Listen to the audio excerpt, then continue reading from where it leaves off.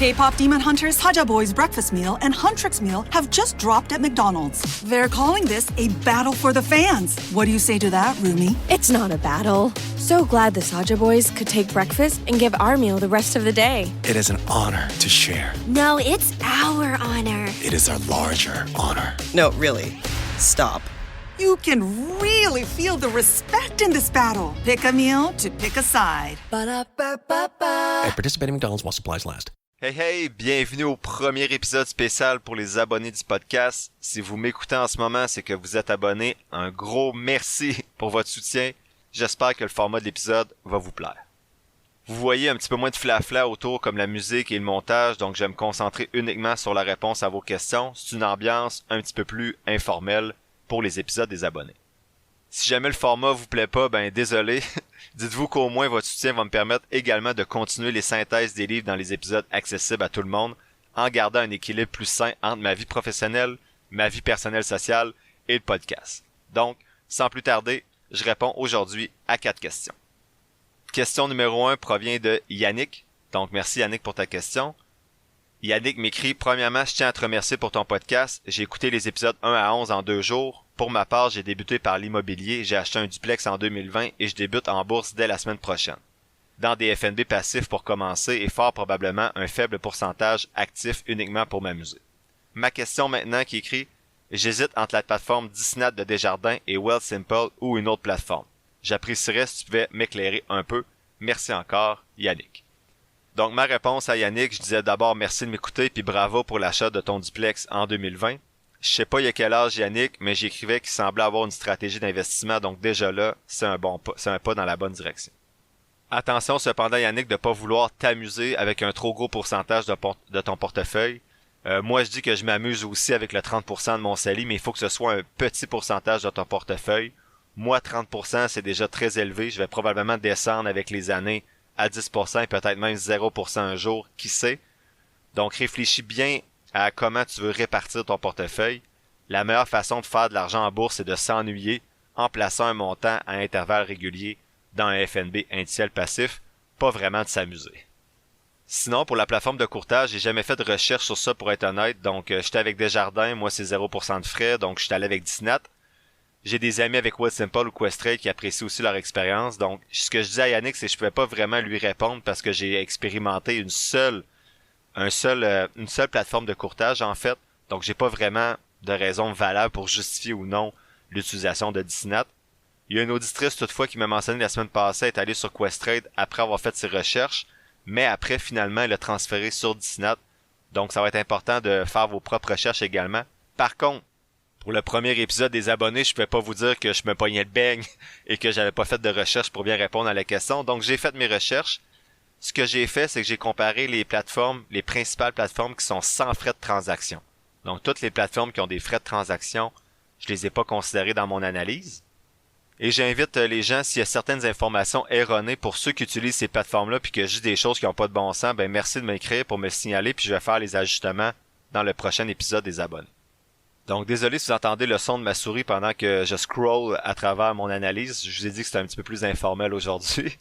Donc, j'ai comparé quatre plateformes. Wealthsimple, je l'ai pas bien prononcé, mais c'est pas grave. Disnat, BNCD, qui est la plateforme de Banque Nationale, je crois bien, et Questrade. Donc, j'ai sorti les avantages et les désavantages de chaque plateforme et ensuite, je me positionne, je fais un top 4 bien sûr pour vous le partager. On débute avec Wealthsimple. Donc, les avantages de cette plateforme-là, c'est qu'il n'y a aucun dépôt minimum. Donc, il n'y a pas un minimum, exemple, de 5000 à mettre pour profiter de la plateforme. Il n'y a aucun frais administratif. C'est le seul des 4 plateformes, vous allez voir. C'est simple d'utilisation, il paraît. Et il y a des fractions d'actions. Donc, c'est la seule, de ce que j'ai trouvé, qui permet un fractionnement d'actions. C'est quoi ça? Exemple, s'il y a une action qui se vend, exemple, une REGN, une de mes actions, Regeneron Pharmaceuticals, elle se vend à peu près 770$ de mémoire, là, ça 600, bref, 600-700$. Donc, si vous voulez l'acheter, ça vous prend 600-700$. Donc, c'est pas tout le monde qui veut placer à chaque mois un 600-700$. Donc, Wealthsimple permet de fractionner une action. Donc, vous pouvez acheter, par exemple, un quart d'action de Regeneron et il y a d'autres personnes qui vont acheter les autres fractions de l'action. Donc, ça vous permet, exemple, avec 150$, de pouvoir prendre position dans l'action, exemple, de Regeneron Pharmaceuticals. Les désavantages pour Wealthsimple, c'est il offre le CELI, le REER et les comptes non enregistrés. Donc, c'est quand même pas si mal, mais il n'y a pas d'autres types de comptes que vous pouvez créer. Donc, vous pouvez pas avoir un FER, vous pouvez pas avoir un régime épargne-études enregistré, par exemple, pour vos enfants. Et l'autre désavantage, c'est qu'il y a moins de choix d'actifs également. Donc, vous pouvez investir dans des actions et dans des FNB. Wealthsimple, à moins que ça ait changé depuis l'analyse que j'ai considérée sur Internet, vous pouvez pas acheter de fonds communs, vous pouvez pas acheter d'obligations, vous pouvez pas acheter d'options et vous pouvez pas acheter de CPG, par exemple, non plus. Donc, moi, par exemple, j'achète juste des actions et des FNB. Ce serait très adéquat pour moi, Wealthsimple. Mais pour quelqu'un qui veut aller ailleurs, exemple, avec des obligations, de ce que j'ai compris, c'est pas possible sur Wealthsimple. Merci à ceux qui l'utilisent de me corriger si c'est pas vrai. La deuxième plateforme que je vais vous présenter, c'est Disnat. Les avantages de Disnat, d'abord, c'est que pas mal tous les différents types de comptes que tu peux te créer, CELI, REER, FER, régime épargne-études enregistré, etc. Et il y a également aucun dépôt minimum. Pour les désavantages, il semble que l'utilisation est moins intuitive que Wealthsimple, mais personnellement, pour utiliser Disnat, je trouve que l'utilisation est quand même assez simple. Et il y a des frais administratifs. Donc les frais administratifs, je vais vous les préciser parce que je les connais un petit peu mieux pour Disnat. Donc les frais administratifs pour Disnat sont de 30$ à chaque 3 mois, donc par trimestre, sauf si il y a 4 raisons qui peuvent faire en sorte que vous ne payez pas ces frais-là. Première raison, vous faites 6 transactions ou plus au cours des 12 derniers mois. Donc par exemple, si vous achetez un FNB par mois, vous avez 12 transactions dans l'année, vous êtes correct. Deuxième raison, la valeur de votre portefeuille de 15$ ou plus. Troisième raison, vous avez ouvert un compte enregistré sur votre Disnat, exemple REER, CELI, régime épargne-études enregistré. Ou, quatrième raison, vous êtes âgé entre 18 et 30 ans. Si vous ne répondez pas à un de ces 4 critères-là, vous avez des frais de 30$ à chaque trimestre. Si vous ouvrez un compte enregistré et que c'est la seule raison qui vous évite les frais de 0$, faut être prudent parce qu'il y a également des frais possibles liés aux différents comptes enregistrés. Je vais y aller avec les principaux. Donc, si vous ouvrez un CELI, il n'y a aucun frais d'administration, sauf si vous avez des frais d'inactivité. Donc, si vous ne faites pas 6 transactions au moins par année dans votre CELI, vous allez avoir des frais de 30$. Pour le REER, c'est un frais de 100$ par année, sauf si vous faites 125 transactions ou si votre valeur marchande est de plus de 15 000$ dans votre REER canadien et US. Donc, il faut être prudent un petit peu plus avec le REER. Je vous suggérerais de soit transférer votre argent ou de commencer à investir dans votre REER si vous avez au moins 15 000$ parce que 100$ de frais, ça peut être un petit peu tannant. Enfin, pour le régime épargne-études enregistré, si l'actif dans ce compte-là, donc si vous avez au moins 15 000$, c'est gratuit. Sinon, c'est 50$ de frais par année et non à chaque 3 mois. Donc, pour le REER et le régime épargne-études enregistré, être plus prudent. S'assurer que vous n'avez pas juste 300$ de placer dans ces comptes-là parce que les frais d'administration vont vous gruger. Par contre, pour le CELI, c'est juste un nombre de transactions X, donc 6 au moins par année. Donc, voici les façons de déjouer les frais administratifs avec Disnat. Personnellement, j'ai jamais payé aucun frais avec Disnat parce que j'ai les soldes de toute façon nécessaires. Mais soyez prudents si vous faites affaire sur cette plateforme-là. Troisième plateforme, c'est BNCD. Donc, comme Disnat, il y a pas mal tous les types de comptes et aucun dépôt minimum. Par contre, comme Disnat, le désavantage, c'est que l'utilisation semble être moins intuitive également. Et il y a des frais administratifs de 100$ par année, sauf si votre solde est de plus de 20 000$ ou vous êtes âgé entre 18 et 30 ans. Les frais administratifs, BNCD semble être plus difficile à déjouer que chez Disnat, donc soyez prudents avec ces frais-là. Et ceux qui sont sur cette plateforme-là, peut-être que vous pouvez me dire plus d'informations pour m'assurer que je dis pas n'importe quoi. Et enfin, Questrade, il y a pas mal tous les types de comptes, aucun dépôt minimum, aucun frais administratif et simple d'utilisation. Par contre, ça semble être un désavantage que ce soit seulement en anglais. Est-ce que c'est encore vrai? Je suis pas certain. Peut-être qu'il y a une version francophone qui est sortie. Il n'y a pas de fraction d'action. Il n'y en a pas non plus pour Disnat ou BNCD. Et par contre, il y a un frais de 1 cent par action. Aucun frais pour les FNB. Donc, mon top 4 maintenant pour moi. Le premier, c'est Disnat parce que je peux tout avoir à la même place. Donc, je suis pas obligé d'avoir mon régime épargne-études avec Disnat, mon CELI Montréal avec Wealthsimple, ma conjointe avec Wealthsimple ou Disnat. Donc, vraiment d'avoir tout à la même place. Puis, je trouve ça simple, moi, avec accéder le transfert d'argent et tout. Puis, j'ai aucun frais dans ma situation. soyez prudent dans votre situation par rapport aux frais. Deuxième position, pour moi, ce serait Wealthsimple. Ça semble être assez intuitif et le fractionnement d'actions peut être intéressant et il n'y a aucun frais. Par contre, il n'y a pas de régime épargne enregistré. Il n'y a pas de régime épargne études enregistré. Donc moi, ça me prendra un autre compte puis ça me gosse un petit peu. C'est pas tous les actifs non plus aussi, mais pour quelqu'un qui est juste 100% action ou FNB, ça peut très bien convenir. Troisième position, je dirais Questrade. S'il est vraiment plus facile à utiliser, mais bon, les frais pour les actions me rebutent un petit peu, même si c'est minimal. Peut-être qu'en fait, dans votre cas, si vous avez des frais administratifs avec les autres plateformes, peut-être que ça peut être intéressant d'aller avec Questrade puis de payer les frais pour chaque transaction au lieu de payer des frais administratifs. À vous de voir selon votre situation. Enfin, en quatrième position, je mettrais BNCD. Ça semble être un Disnad, mais avec des frais administratifs plus difficiles à contourner, du moins au début, soit d'avoir au moins 20 000 $ dans son compte. Donc, voici Yannick. J'ai répondu un peu plus en détail aujourd'hui que dans le message que je t'avais répondu. Donc, merci encore pour ta question.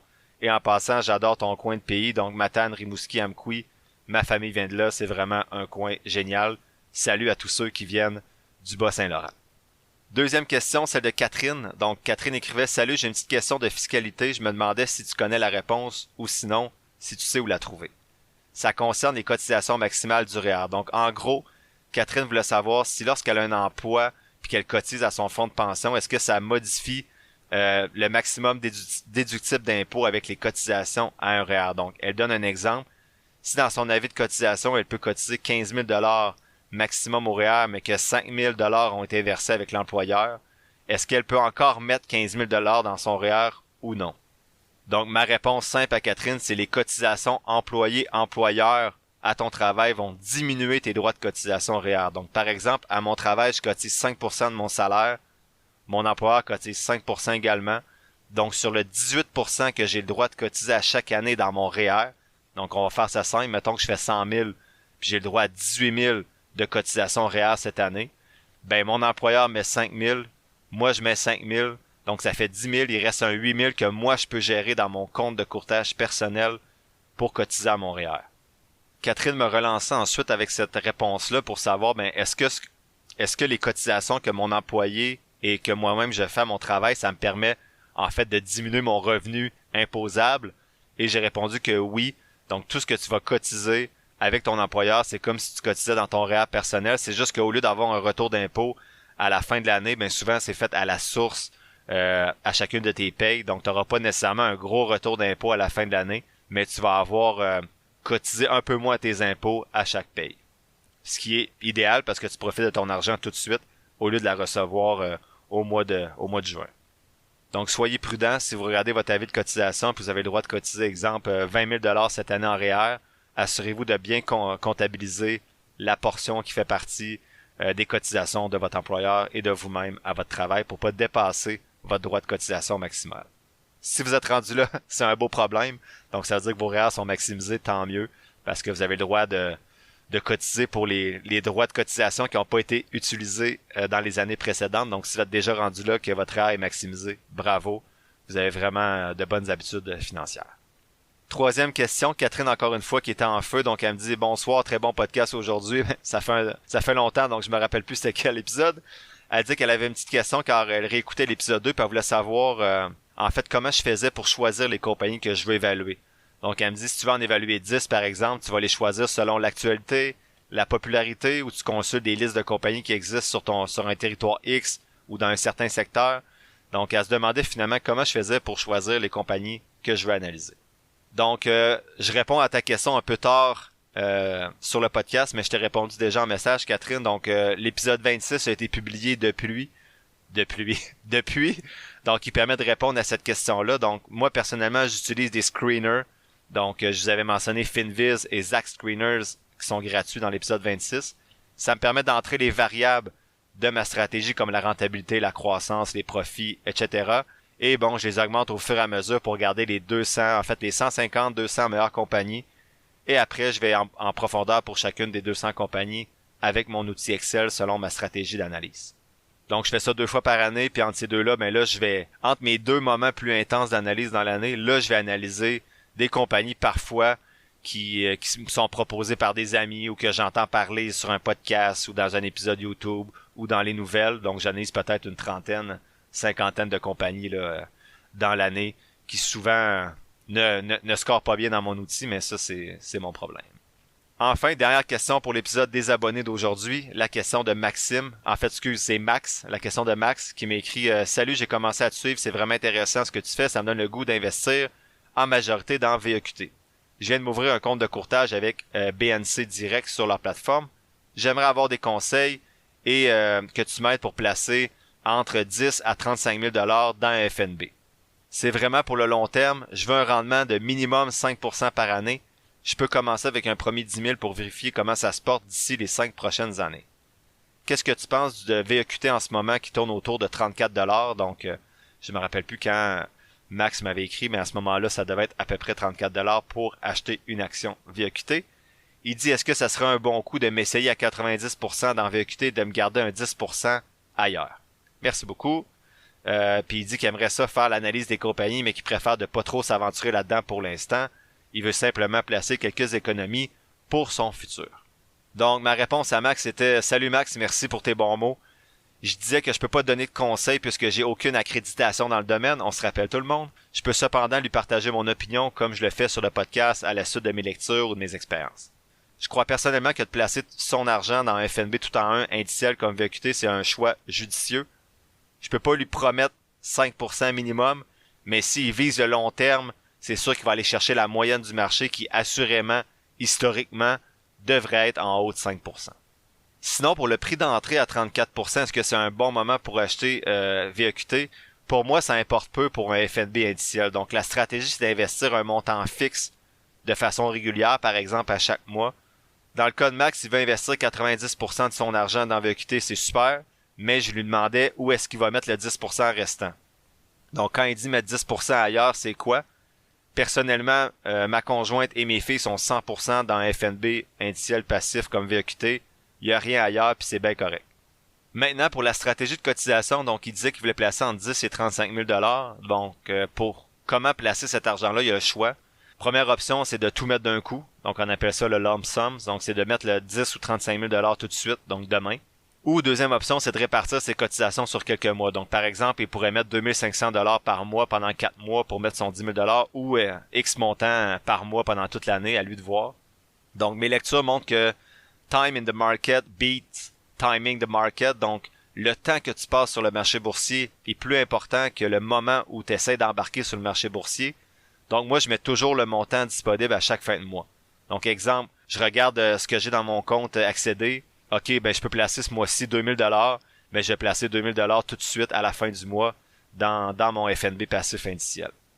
Donc, si j'avais 10 000 $ demain, en fait, à la fin du mois, je le placerais tout d'un coup, en fait, en une seule fois, selon ma stratégie d'investissement.